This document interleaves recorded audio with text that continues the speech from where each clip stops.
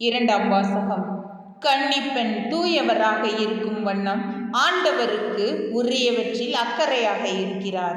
திருத்தூதர் பவுல் கொரிந்தியருக்கு எழுதிய முதல் திருமுகத்தில் இருந்து வாசகம். அதிகாரம் 7 இறைவசனங்கள் 32 முதல் 35. சகோதர சகோதரிகளே, நீங்கள் கவலையற்றவர்களாய் இருக்க வேண்டுமென்றே நான் விரும்புகிறேன்.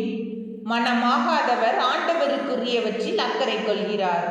எப்படி அவருக்கு உகந்தவற்றை செய்யலாம் என எண்ணிக்கொண்டிருக்கிறார்.